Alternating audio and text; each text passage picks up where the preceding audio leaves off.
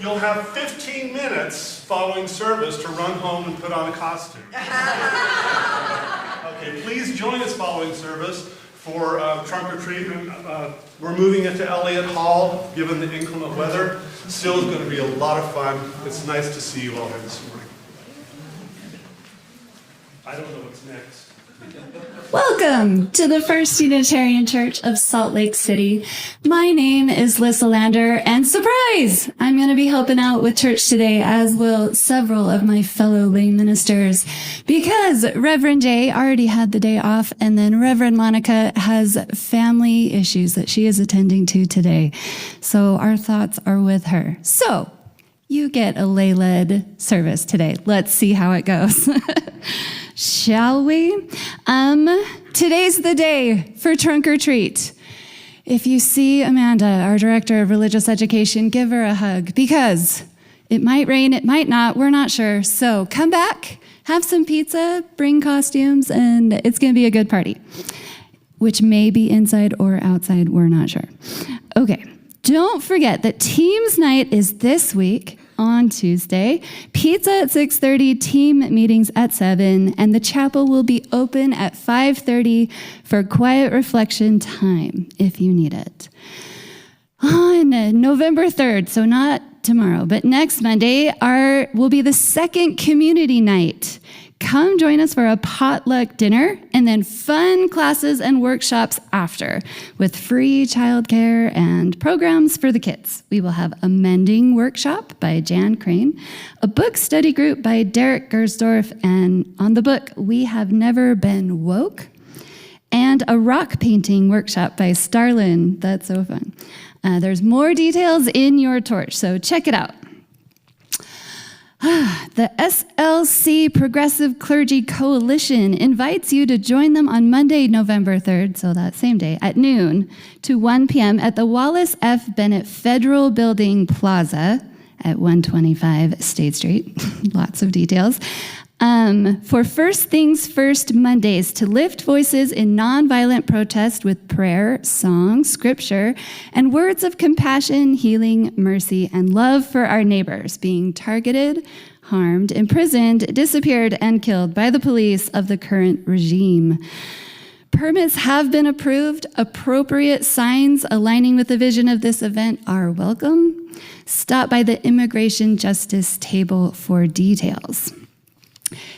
There is still time to sign up to help to plant trees with the Northern Band of the Shoshone on November 7th and 8th. That's a Friday and a Saturday. We will have a bus leaving from the church early on the 8th, and if you want to ride that bus, you need to go sign up and tell them at the Environmental Ministry table. I want to remind you that we do collect all manner of things for Crossroads Urban Center. The boxes are just sitting outside of Little Chapel if you go through the double doors over there in Elliott Hall, including food. And we all are probably aware that the SNAP benefits are about to run out. So if you have some extra food or you can gather some, maybe consider doing it now, because it would be a good time if we can. And finally, next week is daylight savings time, so don't forget to roll back your clock. It's fall back before church on Sunday, because you'll be here at the wrong time if you don't do it. All right, well, those are our announcements. Good job, we did it. I'm here to light the chalice.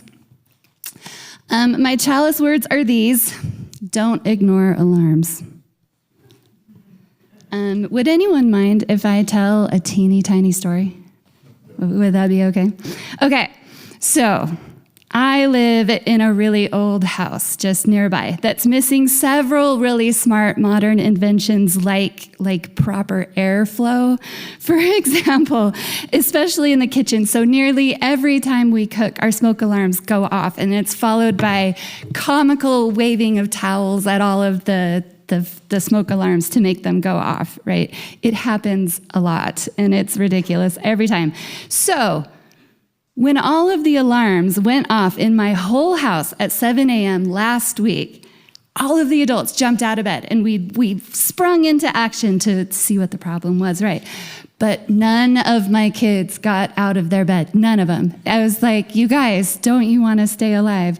And they're like, we thought you were cooking. And like the alarms went off just like it always does, right? So they did not step out of their comfort zone.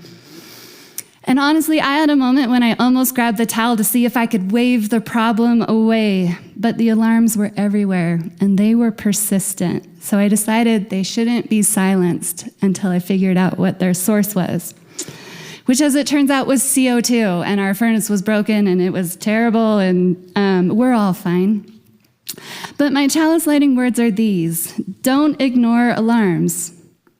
Do actually make a safety plan with your family, and pay attention even when you personally feel safe and comfortable, but your neighbors might be raising an alarm about their rights or their safety in an increasingly broken world.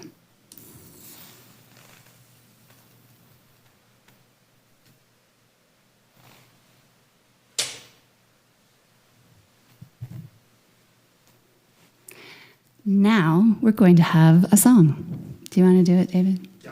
Okay. Want to give a shout out to Tristan and his magical, wonderful things that he does with our tech. It's so amazing. We just assume that this is going to happen, and it does. But Tristan's the guy behind it, so thank you so much, Tristan, for that. All right. 1,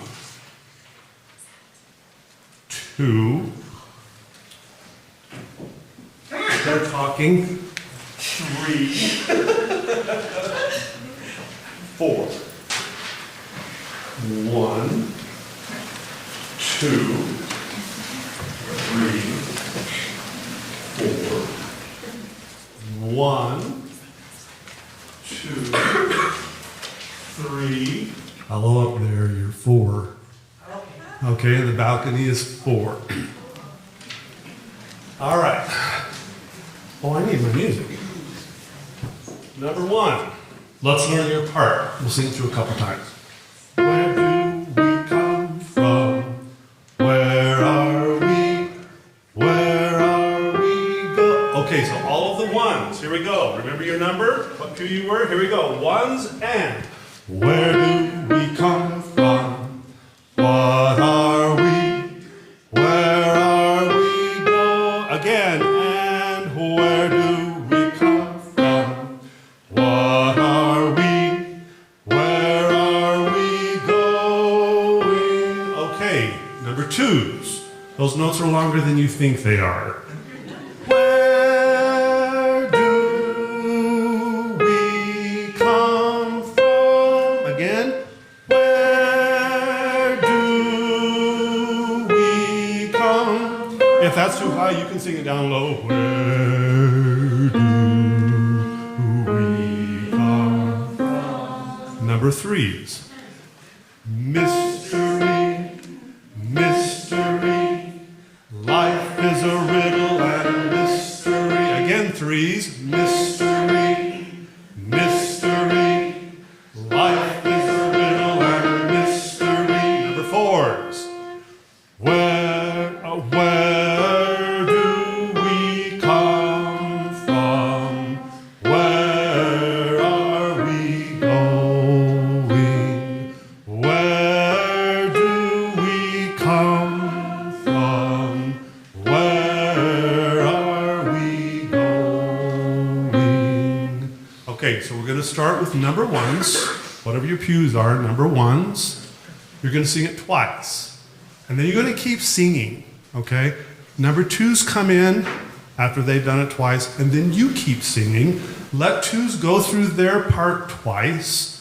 Then 3s come in twice. Keep going. Then 4s come in, and then we just keep singing for the rest of the service. Okay?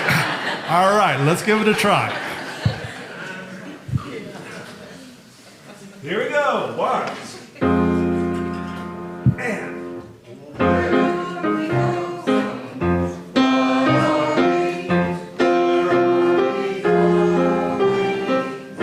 Okay, that was terrible. That's right. You can absolutely do better than that. Here we go. And where we come from, what are we? Where are we? Again. And where we come from, what are we? Where are we? Here we go. Two.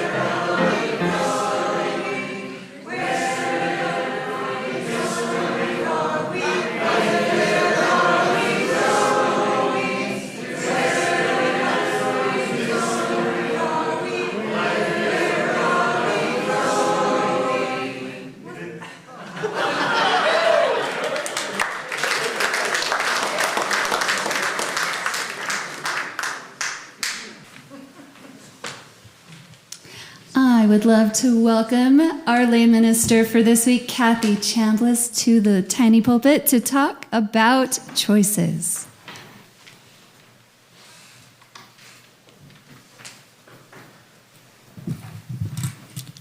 Good morning. Good morning. I learned a new word recently that I think describes me. The word is neophilia. It's Greek origin, with neo meaning new and philia meaning to like or have attraction. It's a person who loves new things or experiences, has a disposition to what is new or novel. The opposite is neophobia, which is an aversion to things that are strange, new, or unfamiliar. I am a neophiliac because I've always been one to seek out new experiences and try new things. When I was a kid, my mom had another word for me. She called me a dabbler. I would dabble in this, dabble in that, more than my other 4 siblings. I took piano, then violin lessons, but not for long.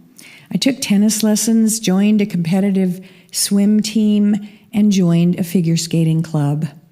But I didn't stick with any of these ventures long enough to become proficient in any of them. I just wanted to try new things. Her label for me always kind of bothered me as an adult. I wanted to prove her wrong. So this talk is about choice. Our choices in life are to a degree dependent on our personal disposition, either neophilia, what innately attracts us, or neophobia, which makes us reluctant, even fearful, to venture out or try something new. It can apply to food. Are you a person who likes to try different, even strange food? Or do you prefer to stick to the same tastes that your mother cooked? If it can apply to music. If you're over 30, do you search for new sounds, or do you always return to the sounds you liked in college? And one's preferred disposition can also apply to travel. When I was in college in the 60s, study abroad programs were just beginning to be options for college students to study outside the U.S. As a sophomore, I first learned that my university had this opportunity. My neophiliac self was salivating.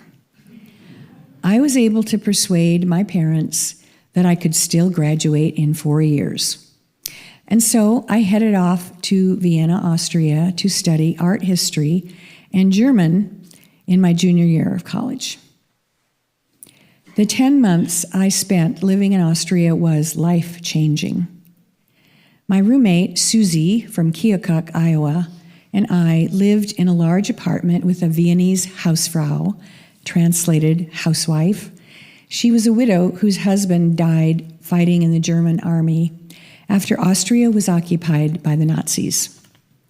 Frau Schön fetched us coffee and fresh Kaiser rolls from the bakery on the corner every morning before we left for school. Susie and I would ride the streetcar to City Center, where school was located. We ate our main meal at the school, and in the evenings availed ourselves of the many free concerts and standing room at the Viennese Opera. We just had to be back before midnight when the streetcar stopped running. We were not afraid to be out at night. The biggest culture shock of that year came with the friendship I developed with another American who was at the school. He had been a student of the program the prior year. The Institute would hire a former student to stay on an extra year to be an advisor, and that was his job.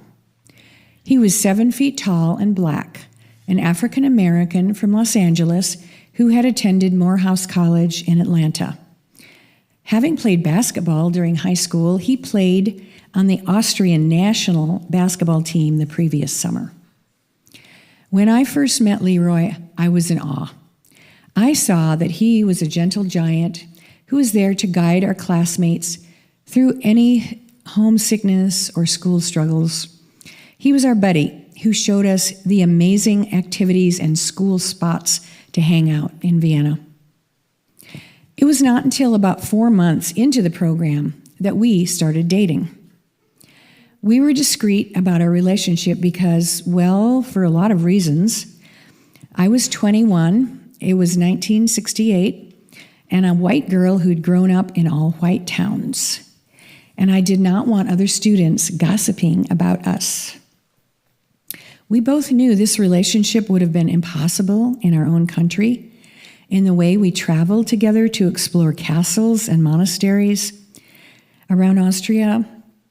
We knew it was likely to end at the end of the school year, and we were okay with that. The many choices I made that year changed me in countless ways. The choice to visit Dachau, the site of a former Nazi death camp, where hundreds of thousands of Jews were murdered. The choice to hitchhike around Austria to immerse myself in the German language and culture. And the choice to deepen a relationship with a person very different from myself.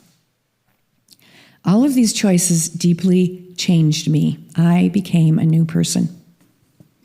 5 months after returning from Austria to finish my senior year, I chose to go on a blind date with a guy named Tim.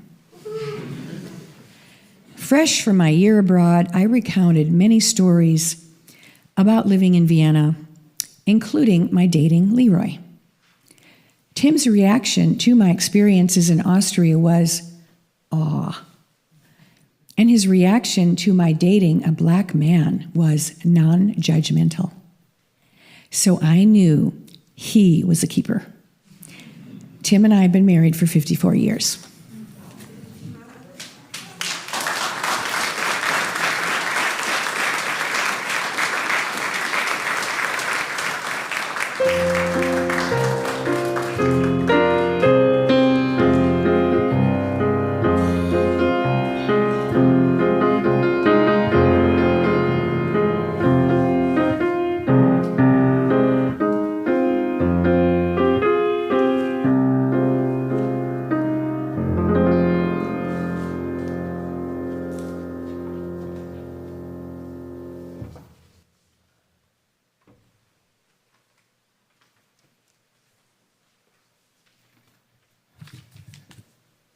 Good morning. My name is Ruen-chuan Ma, and I'm part of the lay-led effort. Sorry, the coffee hasn't quite traveled up to the brain yet. I'm part of the lay-led effort today, and I have some thoughts and a poem for our meditation this morning. The season of Halloween and Samhain draws us to the thinning of the veil between worlds, ghostly and living, bountiful harvest and fallow rest, light and darkness. In older forms of English, ghostly or ghastliche was the term that encompassed much of what we would call spiritual or of the faith today.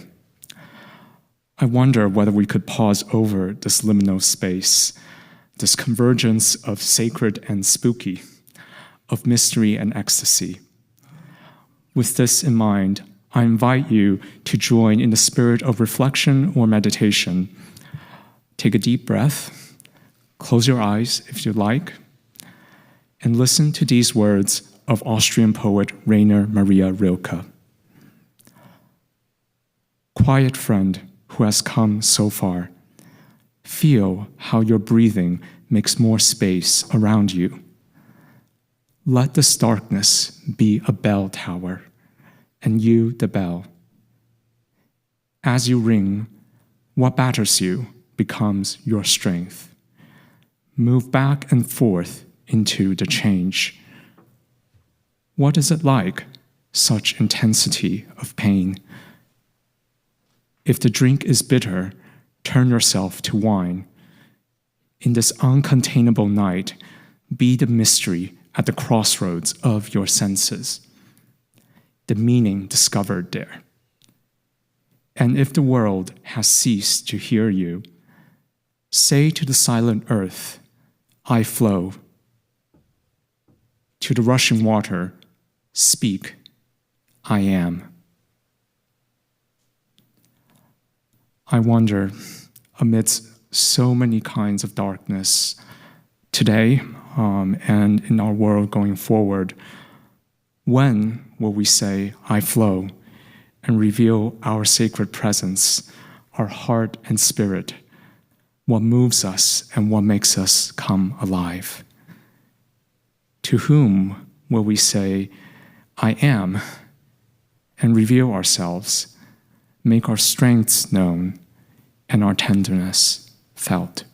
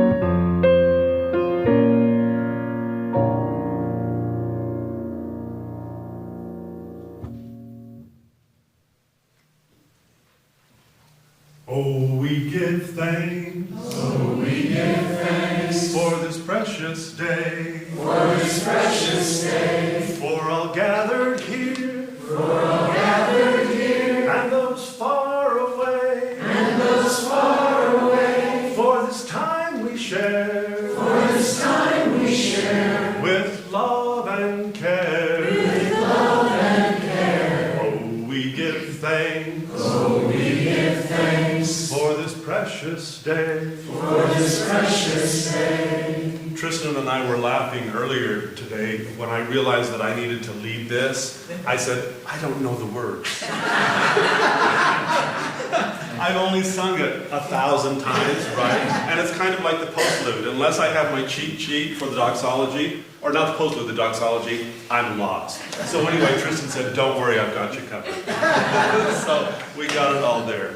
Now is the time for us to give generously to the church. It helps run our programs and keep the lights on. And as soon as it gets a little bit colder, it also turns on the heat. So please share generously with the church, and also take this time to say good morning to each other. And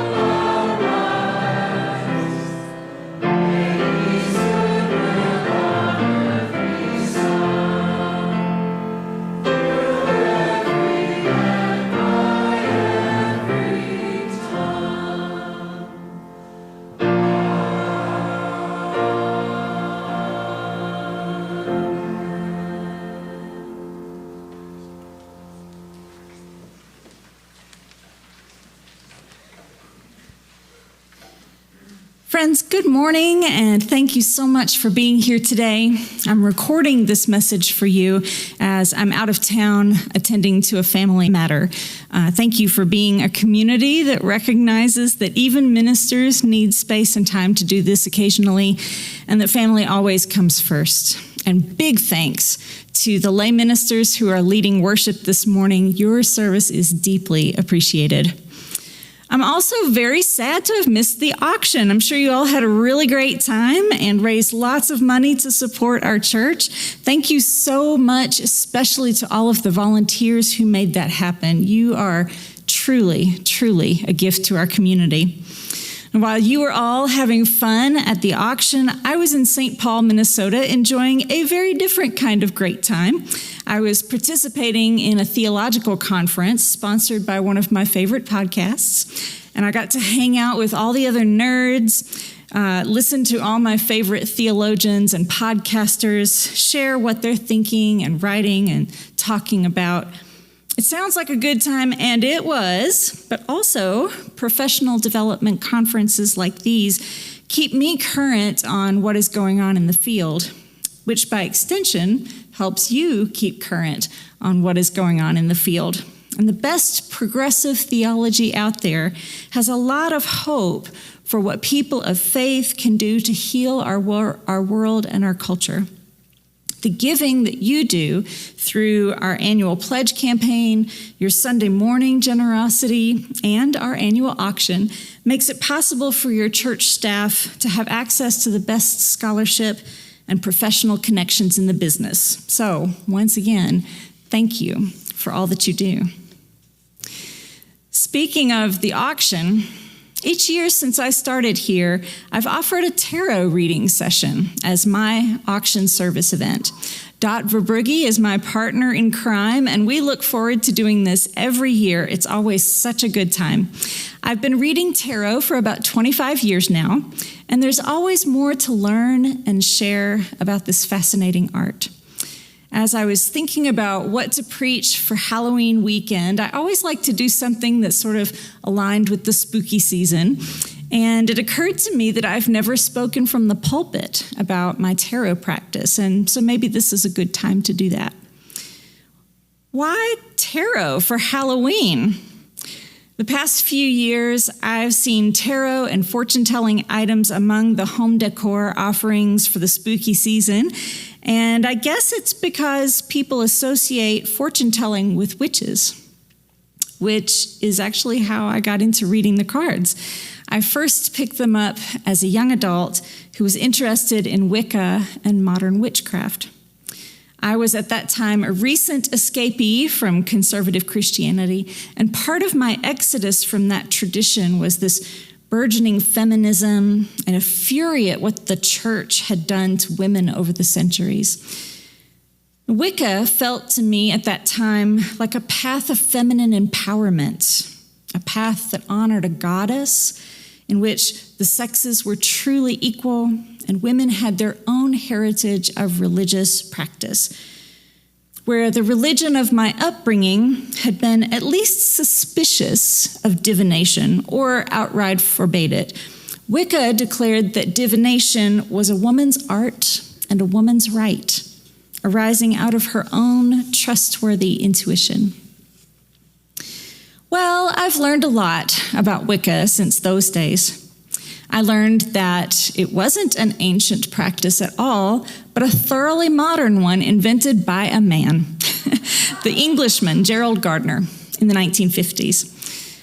I saw how Wiccans at that time didn't just borrow, but shamelessly stole religious practices from indigenous people around the world with little regard for how such a practice contributed to ongoing colonialism. And I became very uncomfortable with the anti-scientific bent, especially around natural healing and energy work, and with some corners of the witchy world that were at that time leaning toward white supremacy. Now, to be clear, I think that there are ways to have an earth-centered or goddess-centered practice without disrespecting indigenous practices and scientific understanding. I just wasn't seeing that in Wicca at the time that I was practicing it. But 25 years later, I've still hung on to my tarot practice. Of all the sacred texts I've studied from all the world's various religions, the tarot is right up there next to the Bible in my brain, just as resonant, just as meaningful, and yes, sometimes just as problematic. Can you think of a deck of playing cards as a sacred text? Yes, I think so, for these are no ordinary playing cards. There are 78 cards in this deck with a unique language of symbols, colors, and characters that have been passed down over the centuries as an esoteric store of knowledge. The 78 cards are made up of 22 major arcana, which constitute a journey of the human spirit from a state of pure innocence to complete wisdom. These cards are the ones that you might recognize from movies, like The Fool, The Magician, The Lovers, The Devil. And then the rest of the cards more closely resemble a deck of playing cards that you might have at home. There are 4 suits: wands, swords, coins, and cups, which more or less correspond to the clubs, spades, diamonds, and hearts of a modern card deck. There are also a king, queen, knight, and page for each suit. These cards are rich with symbolism. The human figures on the cards play roles we might associate with medieval European life, and there are many symbolic animals and plants as well. Now, these days, artists are no longer limited to that medieval imagery. They frequently update the scenes with modern characters and situations, and you can even find many decks inspired by pop culture. Some of the cards have symbols that seem pretty obvious, like the devil is a horned, goaty creature with human slaves shackled to his feet, while others are more obscure. The 8 of Cups, for instance, shows a man walking into the distance with spilled cups on the ground behind him. What does it mean? Well, the origins of tarot, like the origins of Wicca, are not as magical as I wish they were. While no one is exactly sure where the tarot came from, we do know that cards with some of these images were in use as playing cards as early as the mid-15th century. They were, and still are, used to play a trick-taking game similar to bridge. However, in the 18th century, a new set of claims began to be circulated about the cards. This was the height of the colonial era. Napoleon had invaded Egypt in 1798, with Britain following to defeat France in 1801. The Rosetta Stone was discovered by Europeans, and both England and France established scientific expeditions to the pyramids and tombs in search of lost treasures for plunder. A wave of Egyptomania took hold of Western Europe, which is seen in the art of the period, paintings featuring white European women wearing exotic-looking garments and laying about exotic-looking scenes, for example. Now, one particular clergyman can be credited with raising the playing card deck to the status of a sacred text, Antoine Coeur de Gobelin. He wrote a dissertation claiming that the cards had their origins in Egyptian sacred rites, especially those honoring the goddess Isis, and were also connected to Freemasonry, Rosicrucianism, Kabbalah, witchcraft, and just about any other occult practice that people of the 18th century could imagine. Of course, he was scandalously involved in many of those practices himself. He was also the first to imply that the Romani people first brought the cards to Europe, although that claim has never been substantiated either.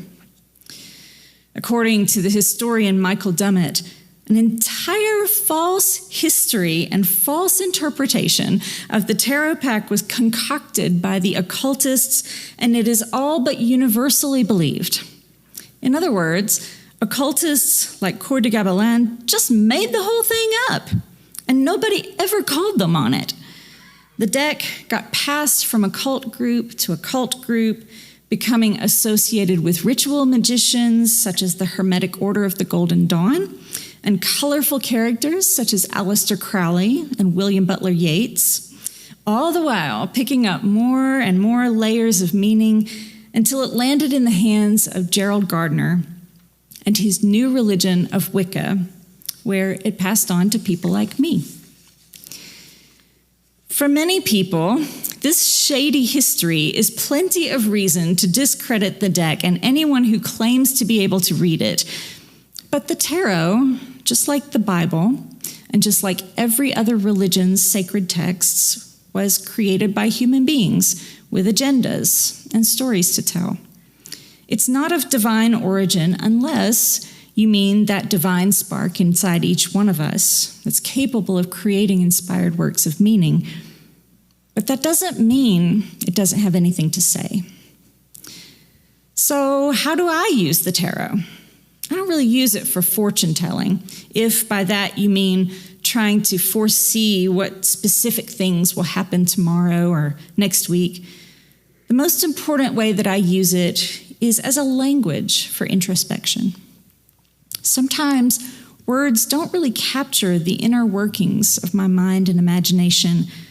The questions are too big or too sticky for talking or writing, and maybe images can help shake loose my imagination. Gazing at a card in meditation, either a card I chose at random or a specific one I've selected, gives my mind a focal point on which to rest as my back burner brain mulls over the possibilities. The practice of reading the cards is really about reading the symbols, which requires a lot of memorization to get good at it. But a patient reader can also start to see patterns, symbols that appear on adjacent cards, symbols that keep showing up at particular moments in life that inform the reader's interpretation. Each reader develops their own vocabulary of symbols and meanings over time, so that every reading will be unique to the person reading and the person questioning. Now, even though I don't believe the cards predict specific events, I do think they can be useful in interrogating the future. They don't tell you what is going to happen, but they suggest to me what is possible, considering the aspects of a problem which I can see right now. I might ask a question, meditate on that question for a while, and then draw a few cards and just see what comes to my mind as I let my eyes dance over the images. I don't believe they have any magical power to control what happens. And anyway, the older I get and the more deeply I learn to trust myself, the less I care that much about what the future brings. I trust that I will be able to face it with my own inner resources and the help of those who love me. The tarot just helps me think about how to do that. The most important things that I bring to a reading are a sense of play, mindful noticing, and listening to myself, and trusting that I know enough about myself to trust what my intuition is telling me. I have a saying that I share at my tarot gatherings sometimes. It's not woo until it is woo. That means the cards can't tell you for sure what is going to happen, but sometimes it does actually feel that way. I have drawn cards that certainly seemed to predict things that happened soon after. I don't know how that works, and it doesn't matter that much to me, because when I'm reading tarot, I'm asking the part of me that demands answers and evidence to just be quiet for a while, so I can open up to the part of me that learns through feeling. Have I ever predicted someone's death by drawing the death card? Yes, I have, actually. And most of the time, what comes up for me when I draw that card is change. Change that is unavoidable, change that requires sacrifice or loss, perhaps the loss of some aspect of me that I thought was indispensable. I try to notice myself pulling away from an undesirable card like that, from what death has to tell me. And I try to stay present for it, not running away, but leaning in to hear what message might be underneath the fear. It's interesting that death is not the last card, nor even close to the last card. The death card appears in the middle of the journey, and it is followed by healing, learning, deconstruction, good luck, and the turning of the wheel. The real message of the tarot is that life is not a story with a beginning, an end, and a bullet point plot to get us from one end to the other. The real message is that life is a cycle, and that there is always more to life than what appears to the eye. The tarot reminds me that we are spiritual beings having a human experience, that we have more in common than not, and that we can learn to trust ourselves. We don't need an arbitrary external authority to tell us what to do. The tarot is one of many gates to the intuition, not just for women, but for people of all genders. It's not spooky at all. It's just a way to use mental muscles that don't get as much exercise in a post-enlightenment world in which we are overwhelmed with facts. As the dark time of the year approaches and the veil becomes thin, I invite you to see what your intuition has been telling you and trust that message. May it be so. Thank you all for joining us this morning. As luck, as serendipity, or as the Spirit would have it, I have prepared words of a 14th century English mystic to close today's service. On sitting with mystery, uncertainty, and even discomfort, I'd like to close today's service with the thoughts of 14th century English mystic Julian of Norwich. Pondering the force and comfort of the divine spirit, Julian writes, "He said not, thou shalt not be tempested, thou shalt not be travailed, thou shalt not be afflicted. But he said, thou shalt not be overcome."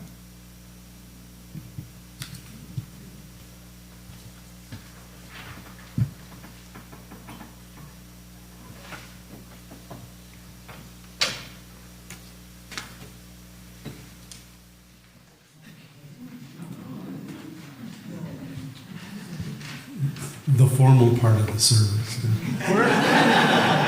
Where are my kids? There they come.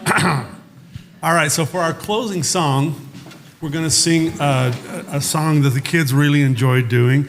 It actually started as a vocal warm-up because it has a whole bunch of consonants. And you guys get to sing the chorus. You can either look at your song sheets, or Tristan is going to have words up here on the big screen. Then you can watch the kids. So it's one black beetle bled only black blood, but the other black beetle bled blue. Here we go. One black beetle bled only black blood, but the other black beetle bled blue. One more time, and one black beetle bled only black blood, but the other black beetle bled blue. So that's your part. The tune is really easy. One black beetle bled only black blood, but the other black beetle bled blue. And then we're going to modulate up as we go.